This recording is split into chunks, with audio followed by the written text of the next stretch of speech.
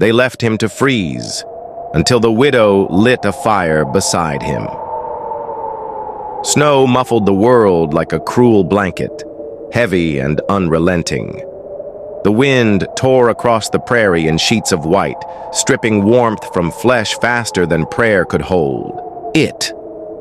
They dragged him out there like a sack of grain. Two men he had once shared bread and whiskey with. His legs barely carried him after the bullet had carved its path just under his ribs, and when his knees gave way, they didn't even pause. They let him drop face first in the drift. "Cain's debts don't belong to us," one spat, brushing frost from his beard. "Best the cold takes him. Quicker, cleaner." The other man only shrugged, tugged his scarf tighter, and the two vanished into the storm, boots crunching away until the snow swallowed all trace of them. Cain Turner lay there, chest heaving, blood sticky under his shirt, ice clawing at the edges of his vision. His fingers twitched in the drift, trying to clutch hold of something solid. He had ridden cattle trails, fought in barroom brawls, and gambled away more coin than he ever earned. But nothing had stripped him as bare as that night, abandoned by men he once called brothers, left to freeze like an unwanted hound. The sky pressed low and gray. Time stuttered, lost between heartbeats. He thought of his mother's hands, of the way she lit a lamp against the dark, steady as a lighthouse. He thought of all the foolish pride that had driven him here. Mostly, he thought, of nothing, because the cold had a way of stealing thoughts one by one until only the ache remained. The snow tried to claim him. Minutes or hours, it was impossible to know. Cain's breath came shallow, mist curling and vanishing. He could feel life slipping, not in a burst, but in a slow surrender. His eyelids sank like lead. Then, a glow. A lantern bobbed faintly through the curtain of snow, too far to be real. He told himself it was only memory playing tricks, yet it drew closer, swaying steady, and with it came the crunch of boots against crusted drifts. A voice, sharp and startled, cut the storm. "Lord, above." A woman knelt beside him, skirts trailing in the snow. He could not lift his head, but he saw the outline of her face, cheekbones sharp, hair tucked under a shawl dusted white. She touched his cheek with a gloved hand, hissed at how cold he was, then pressed her ear near his lips. "You're still breathing." Her voice carried surprise and a kind of reluctant relief. She glanced back toward the dim light of a cabin window, barely visible through the storm. For a long moment she hesitated, torn between sense and mercy. Cain's fading eyes caught hers then, and though he could not speak, he begged with that single connection. She muttered something under her breath, curse or prayer he couldn't tell, and gripped him under the shoulders. He groaned, the bullet wound burning like fire even through the numbness. But she didn't let go. "You'll die out here," she said firmly, half to herself, "and I've seen enough death." Her strength surprised him. She was not young, but nor was she frail. Each drag through the snow brought the cabin closer, and each step she seemed to wrestle with her choice. Cain caught glimpses, the outline of her home against the storm, a porch stacked with firewood, smoke trailing thin from the chimney. By the time she heaved him inside, the world had nearly gone black. He heard the slam of the door, the thud of boots against the floorboards, and then the rush of warmth, wood crackling, a fire roaring steady in the hearth. His body shuddered violently as heat touched him again, and the woman quickly piled blankets over his form. "Fool, man," she muttered, tugging off his snow-crusted coat. Blood seeped through his shirt, and she paled at the sight. "What trouble followed you here?"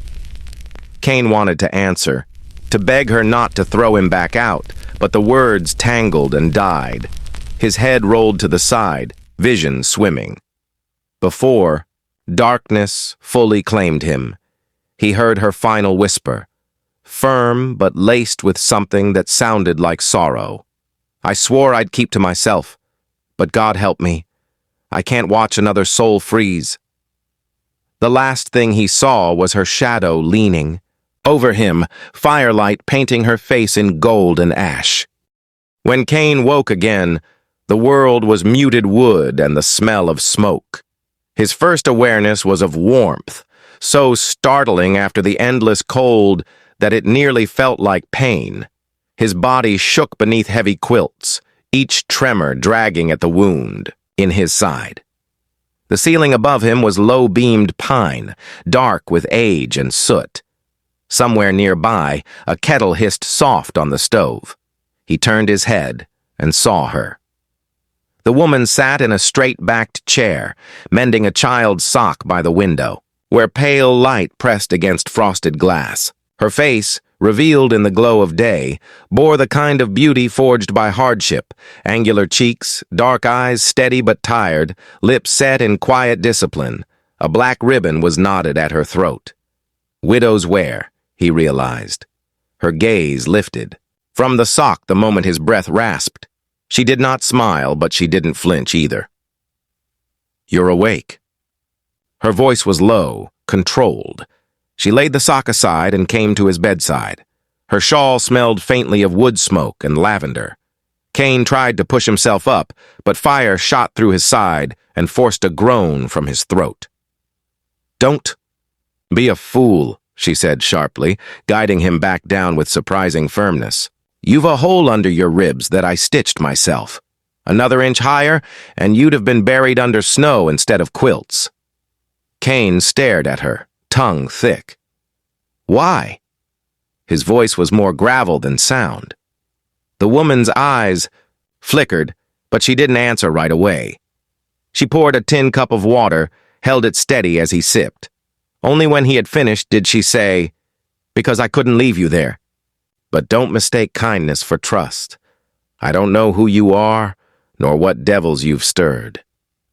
Cain wanted to tell her everything, about the ranch hands who turned on him, about the debt collectors who chased him down, about his foolish games of cards that had finally run their course, but shame pressed heavier than the quilt. He managed only, "Cain Turner." Her brow tightened, but she gave a small nod. "Eliza Warren." The name stirred a faint memory. He had heard it once in town, whispers about a woman who lost her husband to the fever 2 winters back, left with 2 young children and a small patch of land she fought to keep. As if on cue, a door creaked and 2 small faces peeked around the corner. A boy of maybe 8 and a girl younger by 2 years, both wide-eyed and cautious. They studied the stranger in their mother's bed with the wary silence of children who had learned the world could hurt. "Back to your lessons," Eliza said gently, though her tone left no room for protest. The children ducked back into the adjoining room, and the faint sound of chalk scratching on slate followed. Cain swallowed hard, throat thick. I'll be gone soon. Don't want to bring you more trouble." Eliza crossed her arms, eyes sharp. "You'll be gone when you can walk without bleeding on my floorboards. Until then, you'll eat what I give you, rest when I say, and not frighten my children. Understood?" Her words were stern, but beneath them Cain caught the quiver of someone who had drawn lines before, only to see them trampled. He nodded, humbled by her strength. Days passed in a rhythm he had not known in years. Mornings were filled with the smell of cornbread, evenings with the steady crackle of the hearth. Cain drifted between sleep and the world, always waking to Eliza's presence, sometimes bent over mending, sometimes reading from a worn Bible, sometimes simply staring into the flames as though searching for something lost. The children grew braver, inching closer each day.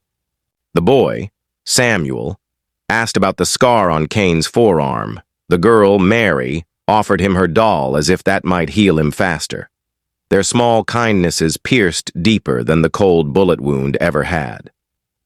But outside the cabin, whispers carried. Cain caught them when Eliza returned from town for supplies. Neighbors with sharp tongues wondered why a widow would harbor a strange man, half dead and bloodied. Some muttered of scandal, others of danger. Eliza brushed it aside in front of her children, but at night Cain heard her pacing, the weight of judgment heavy on her shoulders. One evening, as the wind howled and rattled the shutters, Cain found the courage to speak. "You risk more than you ought. Folks already talk." Eliza's needle paused mid-stitch. She looked at him, firelight carving lines of fatigue and stubbornness across her face. "Let them talk," she said, voice steady but low. "They didn't see you dying in the snow. They didn't watch the breath leaving your lips. I won't measure my mercy by their gossip." Her words struck him like gospel. Cain turned his face away because for the first time in years, someone's belief in his worth cut through the ice he'd carried inside. By the end of that week, the wind eased, but talk did not. It funneled down the single muddy street of Willow Bend and pooled on porches like old snow, quiet until you stepped in it, then cold to the bone. Eliza hitched the mule and took the sled to town for flour and lamp oil. Cain insisted on stacking wood until she returned, an attempt at repayment that left his stitches tugging and his breath short. Through the window, he watched her vanish past the cottonwoods, shawl drawn tight, the children waving from the door until she was a dark fleck against the pale world. At McKinnon's General, the bell over the door gave its usual chime. The room smelled of molasses and leather and last autumn's apples gone mealy in the barrel. Eliza kept her chin level and her list firm in her hand. She felt eyes before she met them. Two ranch wives by the bolts of calico, a freckled teen. At the penny candy jar, pretending not to stare, Mrs. Pettigrew hunched like a crow over the sewing notions. "Afternoon, Mrs. Warren," Mr. McKinnon said. "Kind as ever." Cold broke a touch. "You need nails yet for that backstep?" "Yes, and a sack of flour, lamp oil, salt, and the blue thread," she said. Her voice did not waver. She would not give them that. The calico women bent together. "Children don't need strangers sleeping in their mother's bed," one murmured, not quite soft enough. "Not decent," the other tisked. "Heard he swung his fists for Peyton Burke last summer. The kind of man who knocks teeth for a living." Eliza lined her items on the counter with care. "Put the nails on the bill," she said. Her hand shook just a little when she reached for the oil can. Mrs. Pettigrew sidled closer, breath like tea left too long. "We're just worried for you," she said, words polished to a shine. "A woman alone must be careful what doors she opens. Wolves sniff that out." Eliza turned. "I opened the door for a dying man." "Sometimes the dying ones are the hungriest," Mrs. Pettigrew replied, satisfied with her warning. She waddled away, lace cap bobbing like a small white flag of surrender to her own malice. Outside, Eliza tightened the rope around her bundles. The church bell across the street tolled once. Deacon Crowell stood under the eaves, watching her, in that way that felt like being measured for a coffin. "Sister Warren," he called. "The elders meet tonight. We'd be obliged to see you there." "I'll be home with my children," she answered. "Then we will come to you," he said, smile thin as a page edge. She felt heat rise in her cheeks despite the cold. The mule tossed its head, impatient. Eliza started toward the road, but a shadow fell across the snow. Sheriff Dawes stood near enough she could see the scuff on his badge where a bullet had glanced off 2 years back. He was not cruel, only tired from a county full of men who were. "Eliza," he said with a nod. "Heard tell you took in a fellow banged up bad." "I took in a man who would have frozen," she said. He rocked on his heels, eyes kind and cautious both. "You know I have to ask. Kane Turner's name is said with Burke's, and Burke's name is said with cracked ribs and broken fences. You keep a clean house. I'd like it to stay that way. Eliza met his gaze. If Burke wants to know where Kane is, he can come ask me himself. I'll be in my kitchen, with a skillet in my hand. A corner of the sheriff's mouth twitched. Can't say I'd bet against you with a skillet. Still, keep your shutters barred when dark comes. Some men knock, some don't. Back at the cabin, Kane had split a neat stack of wood and swept the hearth until it shone. The effort left him gray around the edges. He took the sled rope without a word and slid the load to the porch. Town? He asked. Elbows and gentility, she said dryly. She set the oil on the shelf, the flour in the bin, and her fear, where her children could not reach it. Samuel and Mary tumbled around her for bread slices dipped in drippings. Kane kept near the door, as if his body remembered the snow and trusted distance more than warmth. After supper, he brought in the mended sock, now neatly paired. You sewed the heel stronger, he said, as if gratitude could hide in observation. I patched the place it tore before, she said. If you know where it failed once, you don't ask it to carry weight alone again. He nodded, understanding more than fabric. His hands itched for purpose. Let me fix the hinge on that gate tomorrow. The winds worked it loose.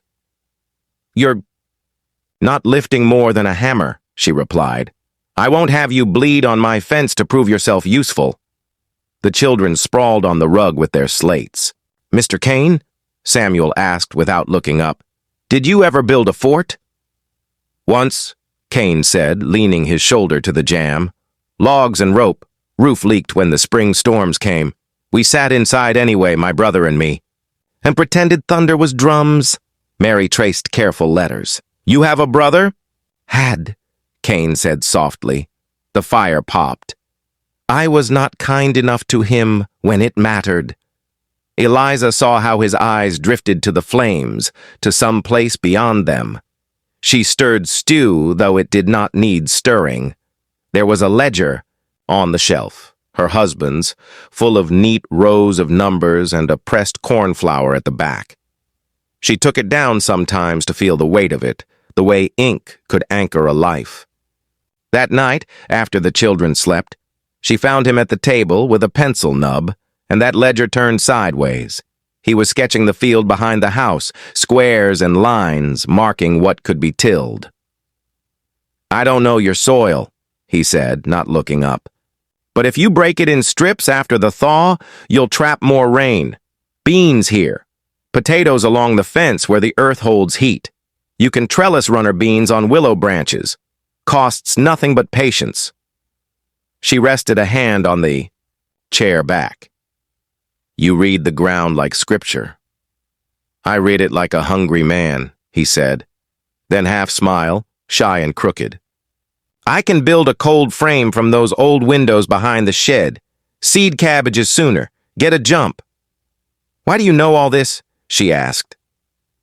Because I got tired of the taste of dust, he answered. Because breaking things lost its appeal, and I wanted to mend something I could watch grow. Because I thought maybe I could become the kind of man who leaves a fence straight behind him. He set down the pencil. Eliza, if my staying harms you, I'll go. I'll take my chances with the road. The wind rose along the eaves, as if to remind them what the road could be. She thought of the churchmen and their thin smiles, of Mrs. Pettigrew's warning. She thought of Samuel calling Mr. Kane, like a name could be cleaned if a child said it. She saw the penciled map of her field, the neat lines that dared to imagine a harvest. My house, she said.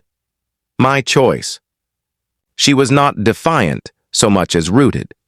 If the past comes knocking, we will meet it together, but it will not find me kinder to fear than to mercy. He bowed his head, the gesture gentle as prayer. They did not wait long for the knock. It came late, after the moon dragged a fine frost across the yard. 3 raps, spaced like a man who knew he didn't need permission. Cain's shoulders tensed. Eliza's hand went to the iron skillet. Samuel and Mary woke in the loft and crept to the railing, eyes round and bright. Eliza opened the door only so far as courtesy demanded. Two men stood on the stoop with the confidence of vultures at daybreak. One wore a long coat and a grin that never reached his eyes. The other was rope-thin and eager, hands restless. "Evening, Ms. Warren," the grinning one said, tipping a hat that looked new enough to lie. "Name's Trent Malloy. My employer pays for his property and he aims to collect. We're told you've got a stray dog with a scarred jaw sleeping under your quilts." "My quilts are none of your concern," Eliza said, "nor are my guests." Malloy's smile warmed by 1 degree. A candle held to ice. "Cain Turner has debts that come round like winter. He took something of Mr. Burke's, and Mr. Burke prefers his accounts settled. Bring him to the door, and we'll be neighborly." Cain stepped forward then, careful not to brush her arm, both to shield and to honor the space she drew. "I'll not hide behind a woman," he said, voice even. Malloy's eyes lit with the pleasure of a fox sighting a lame hen. "There he is. Cain, old chap. Thought you'd beat Frost at its own game?" He flicked his glove. "We'll be on our way. Saddle up. Your reckoning waits."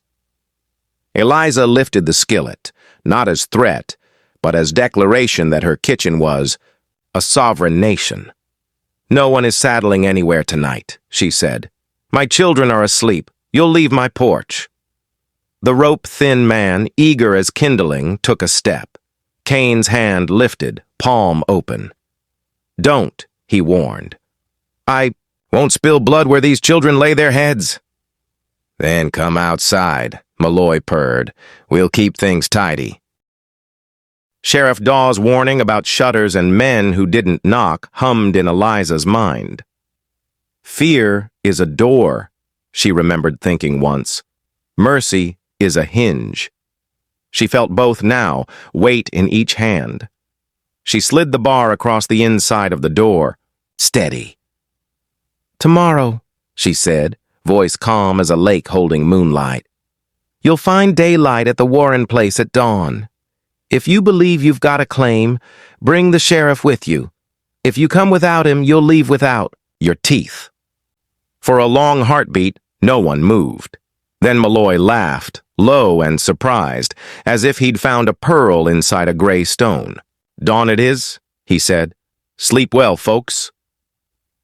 They vanished into the cold, boots crunching a promise into the crusted snow. Eliza let out a breath she hadn't known she held. Cain stared at the closed door like a man counting seconds to a storm. The children scuttled down the ladder, burrowing into their mother's skirts. "We'll be ready," Cain said quietly. "We will," Eliza answered. She set the skillet on the stove and banked the hearth. In the ledger on the table, the penciled garden waited, neat lines promising rebirth in a world that preferred debts. She rested her palm on the page, a benediction over the future, and the house breathed with her. They did not sleep. Eliza banked the coals and set 2 buckets below the pump, her motions brisk and quiet. Cain checked the bar on the back door, winced once when his stitches tugged, and hid the wince by shrugging into his coat. The children watched with solemn attention that made them look older. Samuel carrying kindling like a soldier marching, Mary folding quilts as if the neatness itself could ward off trouble. "We'll nest in the root cellar if the wind turns ugly," Eliza said. "It's dry and tight. If you hear me call your names twice, you go down and don't come up till I say." Samuel nodded, jaw set. Mary slipped her hand into her mother's and squeezed, a small pulse against the night's long breath. Cain hauled the old window frames from behind the shed and leaned them as a windbreak along the porch rail. He tied a bell to a length of twine and ran it low across the yard where footprints would pass. The foolishness of boys translated into prudence for a new life. When he came back inside, Eliza was in the bedroom, laying her husband's rifle, on the bedspread with a care that was almost tenderness. "You know how to use it?" he asked. "I know when not to," she said, and met his eyes like an equal meeting an equal. "I won't have gunfire in this house unless it's the last language left." He wanted to say he should go, ride into the dark and draw danger, away from her stoop. The thought pressed to his mouth like a confession, and he tasted all the years of running in it. "Eliza," he said, "if I step off this porch, they'll follow my blood trail and miss your door. I can keep them from you that way." Her chin lifted, gentle and immovable. "My house, my choice," she said again, and it laid a calm across him like a hand to his cheek. "We meet the past together." The hours between midnight and dawn are the brittle hours, when logs are ash and courage thinks of thinning. The wind drifted low, testing eaves and shutters. Twice the bell trilled soft, rabbits nosing the yard. Then, a third time, a firm, bright jangle that cut the dark clean. Cain was at the door before the last chime died. The yard glowed in dull iron blue, snow-crusted and pitted with old tracks and new. 3 shadows moved from the cottonwoods, long coats dragging, hats hunched against the cold. One whistled a tune without joy. Behind them, a 4th figure kept to the fence line, a match striking and failing, striking and flaring. "Back," Cain said over his shoulder, and Eliza, without argument, eased the children toward the pantry, door where the cellar steps dropped steep as a well. She didn't latch it. She wasn't the latching kind when her children needed to breathe her air, but she put herself between the opening and the room. Trent Malloy's grin appeared first, the white of it shark true. "Good dawn to you, Cain. We brought daylight like we promised." He tilted his head. "Mr. Burke sends regard, says a man should tidy his ledger before spring." "Bring the sheriff," Eliza said, voice even, "or take your employers. Regard and feed it to the coyotes." Malloy laughed softly, like he was being introduced at a picnic. "Sheriff sleeps heavy when there's nothing to hear. We figured we'd keep things quiet." He jerked his chin toward the shed, and the 4th man's match flared again, long enough to kiss a rag and lay fire at a stack of last summer's cuttings. Flame eats like a starving thing when it finds dry wood. The shed roof caught with a whoomph that punched the air. Samuel flinched. Mary buried her face in Eliza's skirts. Cain stepped onto the porch and felt heat on his cold, split knuckles, the skin there prickling with a memory he hadn't asked for. The way the fire in Eliza's hearth had felt like a benediction the night she pulled him in from snow. "You burn her, and you'll answer for it," he said. "That's the notion," Malloy replied pleasantly. "Answer to Mr. Burke first, law later. Come along now." He lifted his hand, and the rope-thin man, Pickens, Cain remembered, always vibrating like wire, drew a pistol. Eliza raised the rifle half an inch. "Point that gun at my door and you'll lose the hand you're pointing it with." Pickens hesitated. Men like him understood iron backed by conviction. Malloy only watched the shed, warmth peeling across his cheeks. "Pretty light," he murmured. "I do enjoy a pretty light." Cain moved before he thought. He grabbed the pail, shouldered the door wide, and ran into the blaze-roar night. The wound screamed open beneath his ribs, but his legs carried him in the old way, swift, economical, the body remembering competence before memory could argue. He pumped at the well until the handle bit his palm, then sloshed water in arc after arc over the fence and the grass where sparks had leaped. Eliza was there without a word, a second bucket in her hands, skirts pinned at her knees, face lit fierce. They fell into a rhythm, draw, heave, their shadows working in a dance older than the road that had brought trouble. "Mary, stay on the steps," Eliza called, not turning her head. "Samuel, only the small pail, mind." He came like a runner in a relay and passed his mother the little bucket, eyes wide, mouth a thin line of bravery that would be told back to him when he was old. Pickens cursed. They're not scared." He lifted the pistol again, uncertain where to aim. Malloy stepped nearer the glow, drawn by his own arrogance. The fourth man, busy feeling important with his fire, kicked at a fallen board and sent it skidding. The board wedged, flame running up it like a fuse to the loft beams. For 1 second, the light was beautiful. Gold poured out on snow like spilled coin. For the next, beauty was a trap. The loft groaned, timbers flexing, and the roof dropped a fraction of an inch the way a breath is taken before a shout. "Back!" Kane yelled. The fourth man didn't hear or thought himself immune to physics. The roof gave, a section falling in a cauldron of sparks. Malloy lunged and shoved his man aside, and the edge of the roof timber caught Malloy across the shoulder and drove him to his knees. Fire flared, ate cloak, licked hat, found hair. Kane didn't weigh it. He ran into the color and the roar, a wet quilt in his hands. Heat clawed his eyebrows, singed breath in his throat. He slammed the sopping weight across Malloy's back and drove him, shoving, dragging, out of the spill of flame, then threw himself over the man as another beam crashed behind them and sprayed the yard with sparks like a cruel harvest. Malloy coughed black and rolled to his side, eyes wild as an unbroken colt's. His hat burned in a neat circle. His hair smoked. For an instant, his gaze locked on Kane's, not gratitude yet, just shock that an enemy had chosen the inside of the fire. "Don't make me regret that," Kane rasped, voice scorched. The fourth man scrambled, shrieking, slapping, his own sleeve. Pickens took a half step toward Kane, pistol jerking, more reflex than intent, and Eliza's rifle rang. The bullet snapped a stick from the fence 3 inches from Pickens's hand. He gasped at the suddenness of mortality. "I don't miss twice," Eliza said into the ringing silence, steady as an oath.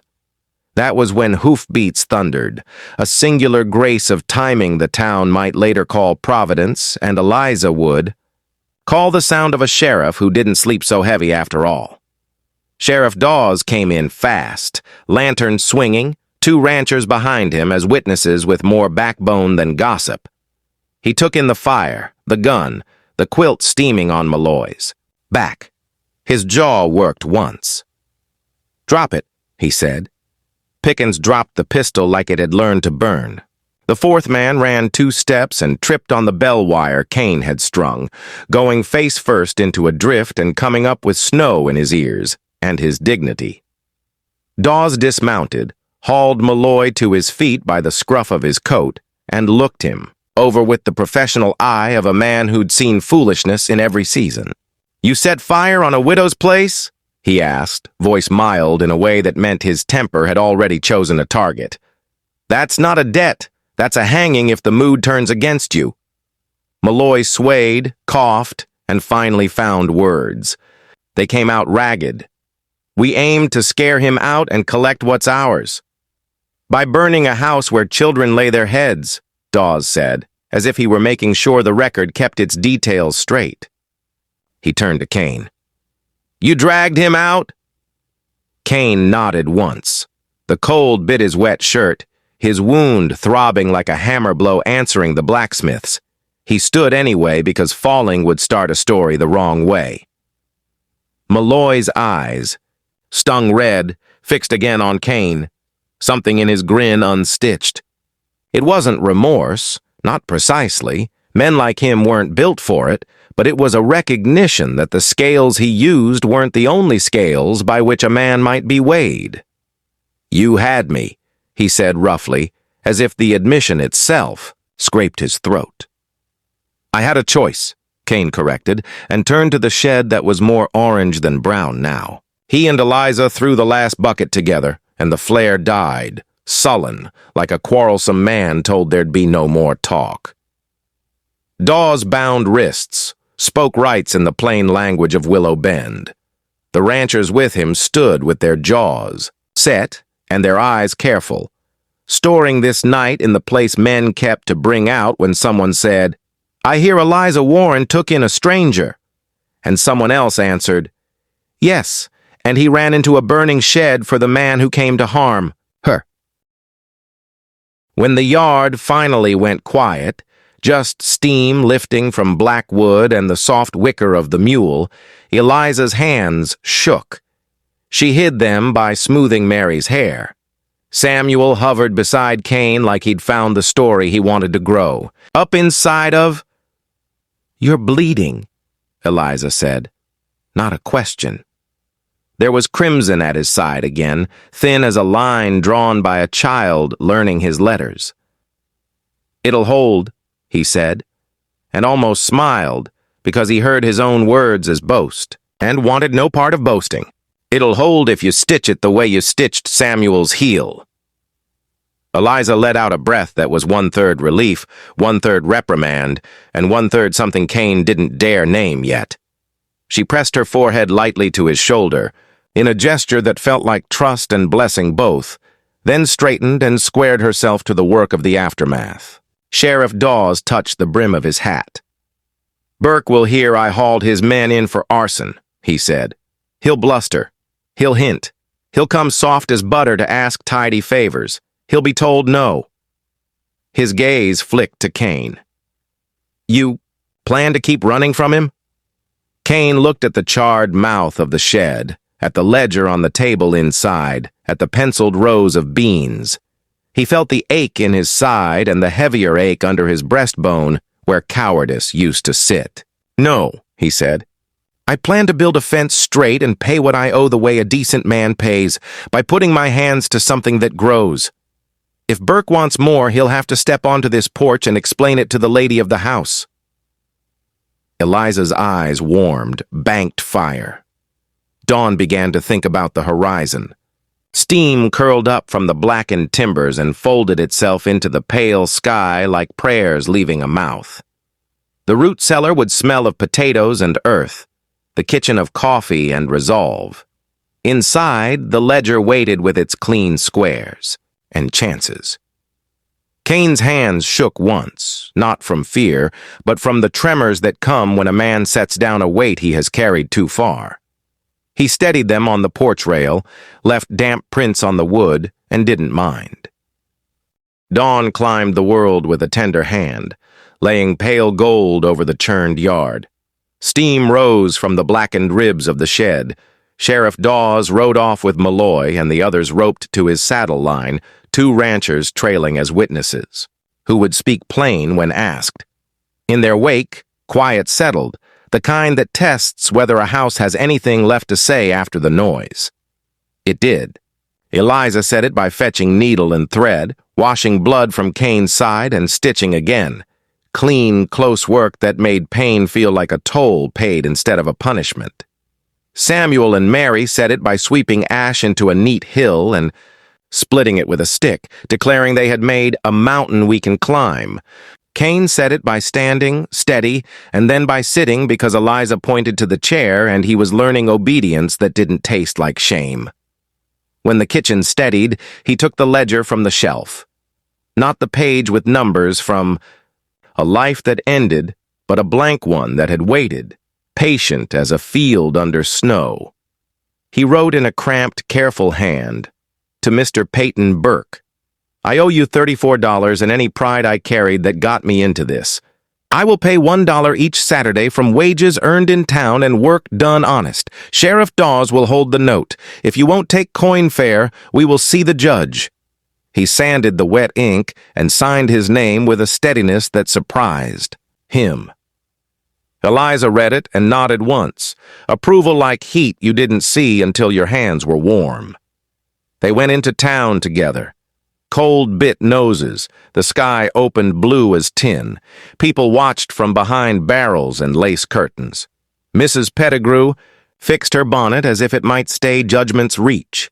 The calico wives tucked their chins, uncertain which way to bend. At McKinnon's counter, the bell chimed. Mr. McKinnon slid a sack of nails across, and then, without looking up, slid another half-sack. "Found under the counter," he said, his ears pinked. Charity without spectacle is the highest kind. Outside, the sheriff's office, A bay gelding with silver conchos on its bridle told them Burke had arrived. He came out with his hat angled to make a shadow look large. He had the kind of face money builds, smooth where hard days should have left tracks, quick to twist when displeasure rose. Malloy, bandaged and raw, leaned in the doorway, his grin gone, revelations stiff on his cheeks like old smoke. "You send men to burn a widow's shed," Eliza said before Burke opened his mouth. "You will pay for boards and roof in coin or in timber from your yard. And you will sign for the debt you claim, witnessed by the sheriff, so your threats come only on paper." Burke looked past her to Kane because men like him avoided speaking to the person who had set the terms. "You owe me," he said softly, which is how a snake talks when it plans to be loud soon. "I owed you more last night," Kane answered, "and still dragged your man out of a roof of fire." He lifted the note. "I will pay what's fair. I will not pay in fear."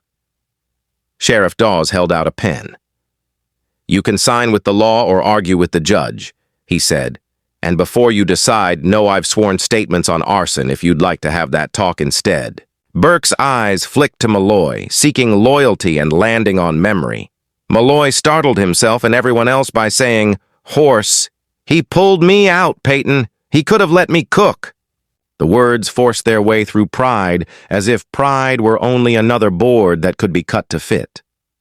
Burke studied the town in front of him, the faces he bought cheaply, the few he never could, the woman whose skillet had frightened his hired man, the man who looked steady, not because his wound had vanished, but because he had chosen not to bow under it. He took the pen like a man holding a rattler by the tail and scrawled his name. 34, he said. "Then we are done and I don't hear your name again." "You'll hear my name when you hear about straight fences and beans for sale," Kane replied. "That's how I aim to be known." Paper folded, debt fixed into a thing that could be measured, they went home. The day took on the honest shape of work. Kane planned black off salvage, finding good wood inside the char. Eliza set the old windows into a low frame against the south wall, and when the glass winked sunlight into the kitchen, Mary clapped and named it the warm box. Samuel carried nails like a prince bearing tribute, the smell of sawdust braided with coffee, ash mixed with manure to make soil richer than pride. Neighbors came in knots and drifts. Mr. McKinnon offered a handful of shingles he couldn't sell because they were the wrong length for town roofs. The freckled teen from the candy, Jars asked, stammering, if he could learn to hammer real. He learned, sweat bright on his temples, and drove nails proud and then flush. Even Mrs. Pettigrew appeared with a jar of pickled beets and the explanation that too much vinegar is wasteful to keep. But she set the jar on Eliza's table without meeting eyes and left with less certainty than she brought. At dusk, Kane carried the cold frame to the patch beside the kitchen door. He and Samuel filled it with dirt, black as coffee grounds. Mary pressed cabbage's seeds in with the tender solemnity of a girl putting secrets into a friend's hand. Eliza laid the window down and latched it, a tiny greenhouse breathing fog on the glass. The world had been fire and talk only hours before. Now it held breath and growth, too. When night took the edges of things, Kane pulled on his coat and stepped. Outside with a lantern and a small bundle of letters he had been writing without paper for years. He lit a fire in the stone ring beside the porch, one built for branding nights, one that had sat cold since her husband died, laid the old lies and habits on it, and watched them go up. The flames didn't roar. They murmured, which is how truth usually sounds when it's winning. Eliza came out and stood beside him, the children peering between them, faces orange with light. "I should ask," Kane said, and the words caught because asking wasn't something he'd practiced much. "It's your house. Your choice. Would you have me stay?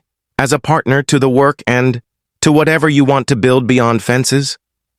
Eliza was not a woman who rushed to what could be forever. She looked at the fence line he'd set straight. the cold frame steaming softly, the shed going up again with a grace that made it look inevitable. She looked at her children, whose bodies leaned to Cain like seedlings bending toward warmth. Then she looked at the man who had dragged his enemy out of a fire and written his debt into lines the law could hold. "We'll call it a courtship built on chores," she said, a smile starting from somewhere tired and ending somewhere new. "And when planting's done, we'll see how the rows look. I've seen hands proposed with rings," Sheriff Dawes would say later when he told this story over cards. "But I never saw a better promise than a woman handing a man a box of seed." Eliza did just that. She put the seeds into Cain's palm, and he closed his fingers around them like a vow. No grand words, only action, the old language the prairie respected. Weeks unspooled into a kind of simple abundance. Cain rode into town to lift sacks at the freight depot and to put his Saturday dollar in Dawes's hand. Burke's name grew, quieter in his mouth, and then fell out entirely.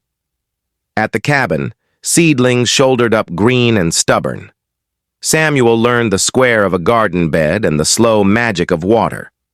Mary tucked notes under the cold frame glass, tiny letters to the cabbages praising their bravery.